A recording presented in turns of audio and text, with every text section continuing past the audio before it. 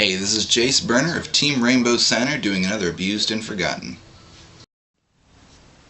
Hey guys, jace-burner here doing another Abused and Forgotten. This one's going to be over Mirror Wall, as you can plainly see, because the card isn't face down. I decided not to do that anymore since it's such a pain to edit my videos about a week after I post them. So yeah, Mirror Wall, you get a continuous trap card. This little bugger, halve the attack of all your opponent's attacking monsters.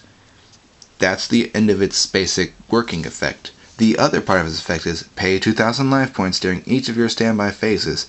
If you don't, destroy this card. You don't have to pay the life points, so you can just use this one turn and not pay and destroy it. A couple little interesting things about this. When it originally came out, it was a super rare. A lot of decks ran probably at least one of these things because it was really devastating to run into one of these suckers. It debuted on the show Yu-Gi-Oh! When Yugi vs. Mai is an old Duelist Kingdom episode, and it said, like, since it's a mirror, you're facing an exact duplicate of your monster, so it halves the attack points. The reason for it is completely stupid. The point is, its effect was awesome in the show, and it's really awesome here. Sorry for the little pause, I had to breathe for once. Yeah. Mirror Wall is amazing. A lot of people compare it to Shrink, or people compare Shrink to Mirror Wall because they have very similar effects. Shrink being a quick play spell card that halves the original attack points of any monster on one face-up monster on the field, while this one just halves the attack. So original or not, it's halving the attack of that monster that's attacking. Shrink only works for that one turn. Mirror Wall is similar to Gale in that it works as long as that monster is face up on the field. They attack with a monster. If it manages to survive somehow, it now has half the attack points. When Mirror Walls gets destroyed or it's off the field, their monster doesn't go back up. It stays that way. If they attack with it again, guess what? It halves the attack points again. Now you're working with a monster that's 1/4 the attack points it originally started off with.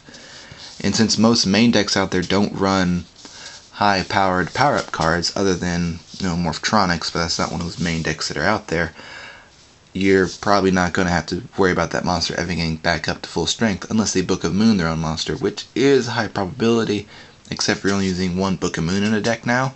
So you're going to use that on your own monster or one of your opponents. It's your choice.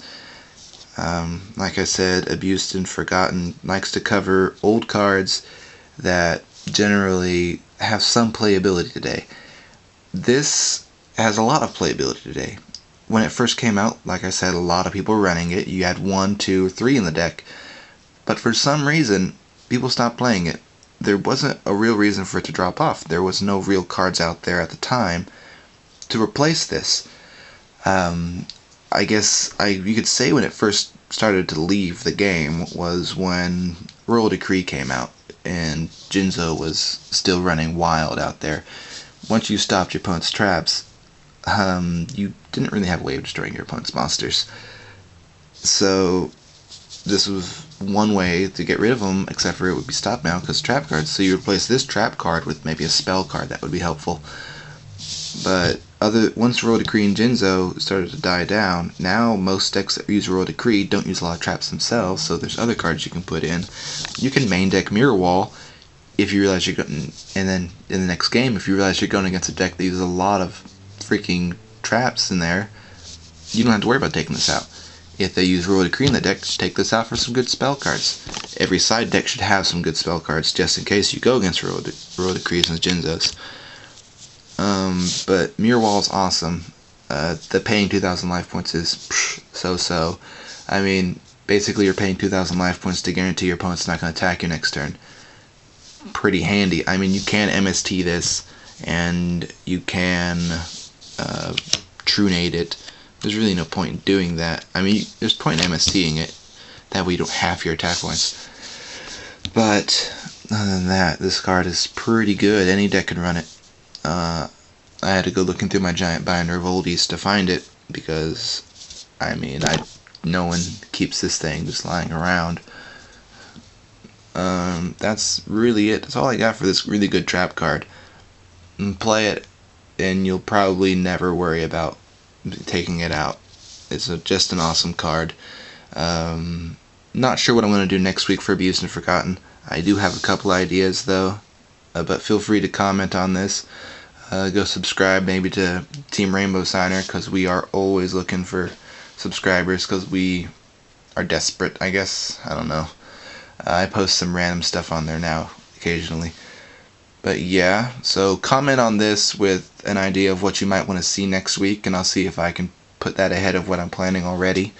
I do like to have my different cards picked out like a week or so in advance, that way I have time to come up with what I want to say.